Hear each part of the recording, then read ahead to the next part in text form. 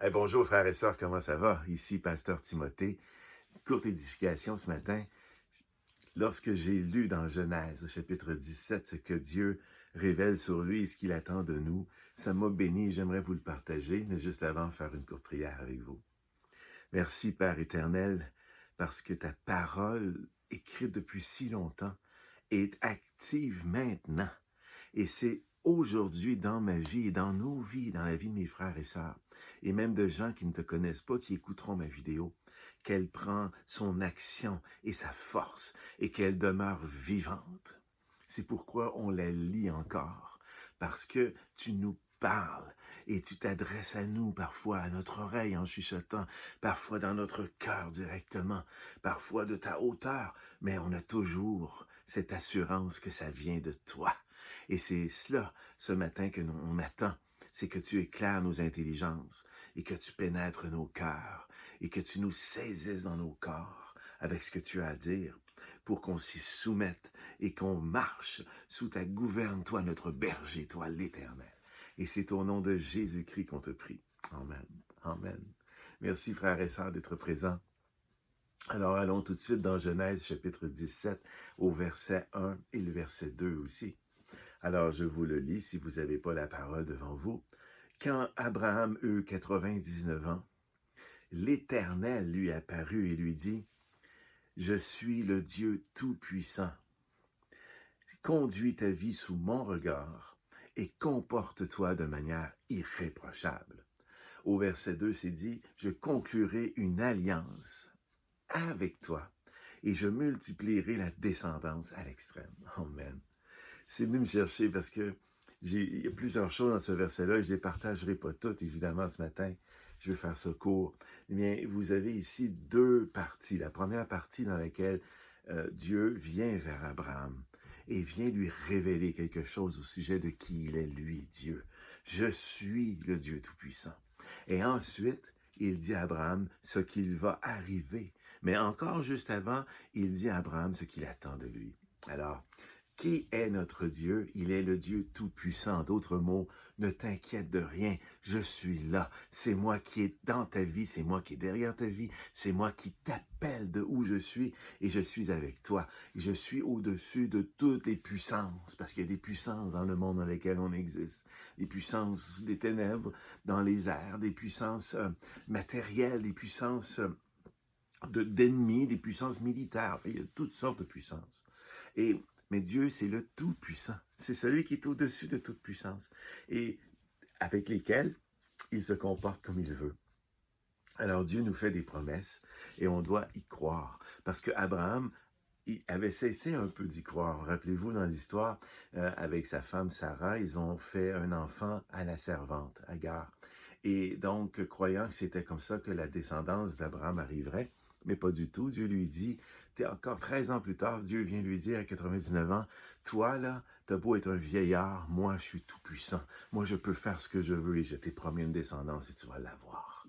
N'est-ce pas beau? N'est-ce pas un message qu'on voudrait entendre à son réveil? Bien le voilà, le message. Il est là. Il s'adresse à nous. Je suis tout puissant. De quoi as-tu peur encore? Et il dit ensuite, et c'est là que j'aime ça, avant de dire ce qu'il va arriver à Abraham et la promesse qui va s'accomplir, Dieu lui demande une chose. Oui, je suis tout puissant, mais toi, conduis-toi sous mon regard. Comporte-toi de façon parfaite dans ta vie. Vous pouvez lire différentes versions, mais ça revient toujours, marche dans mes règlements et fais ce qui est irréprochable. Sois parfait. Et pourquoi Dieu dit-il ça à Abraham? Bien, Dieu pose exigence parce que Dieu lui-même est parfait.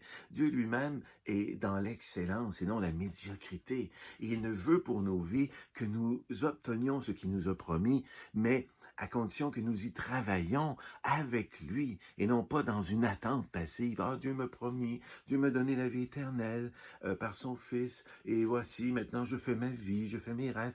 Pas du tout. Dieu attend à ce qu'on marche avec lui et d'une façon irréprochable parce que Dieu lui-même l'est irréprochable. Alors, c'est merveilleux parce que Dieu a des attentes d'excellence. C'est comme un père envers ses enfants. Il les aime, mais si ses enfants ne marchent pas dans le chemin où c'est bon pour eux et pour les autres, ben, il va devoir intervenir. Et c'est ce que fait Dieu, n'est-ce pas? Constamment dans l'Ancien Testament, on le voit avec Israël et il le fait aussi dans nos vies. Il faut cesser de demander à Dieu pourquoi et il faut l'écouter. Hein, pourquoi il m'arrive ceci? Pourquoi j'ai pas eu cela? Et on peut se perdre dans toutes sortes de réponses fausses et d'opinions humaines et de raisonnements qui nous mènent nulle part. Conduis-toi, dit Dieu, d'une façon irréprochable et marche avec moi sous ma houlette. Hein, psaume 23, tout ça. Euh, L'Éternel est notre berger pour vrai. Mais un berger rassemble ses brebis, il les ramène vers le chemin où ils doivent aller. Alors, il faut garder en tête dans cette année 2020 que Dieu, toutes ses promesses vont s'accomplir dans nos vies à condition que nous respections ce qu'il nous demande. Et c'est tellement pas si difficile, n'est-ce pas? C'est de marcher avec lui et d'être irréprochable. Mais être irréprochable, c'est de faire ce qu'il nous demande, premièrement, de l'écouter, d'avoir une volonté de le suivre et d'une volonté de mettre en action dans nos paroles, dans notre bouche, dans nos actions, dans notre témoignage, tout ce qui peut le glorifier lui et plus du tout nous. Et ensuite, bien, verset 2, « Je conclurai une alliance avec toi. » Alors, on connaît l'alliance qu'il a faite avec Abraham, n'est-ce pas, qui va lui promettre un peuple, et avec Moïse, ça va aller encore plus loin, n'est-ce pas? Alors, pour faire des Hébreux le peuple élu, et avec un temps dans lequel Dieu sera présent parmi eux. Mais nous avons une nouvelle alliance, et c'est Jésus lui-même qui le dit, n'est-ce pas? C'est une nouvelle alliance que j'établis avec vous, vous serez ceci en mémoire de moi, boire mon sang, manger ma chair. Eh bien, l'alliance, Dieu le conclut aussi avec nous, mais ça n'empêche que, même si nous ne sommes pas Abraham, même si nous ne sommes pas dans l'ancienne alliance, la première alliance qu'il fait avec Abraham, elle demeure. Mais la seconde alliance qu'il fait avec nous par Jésus-Christ, il reste que là où je veux en arriver, c'est que Dieu continue à être exigeant. Il attend de nous que pour nous donner ce qu'il est prêt à faire, que nous soyons prêts pour lui, à marcher avec lui et à l'aimer de tout notre cœur.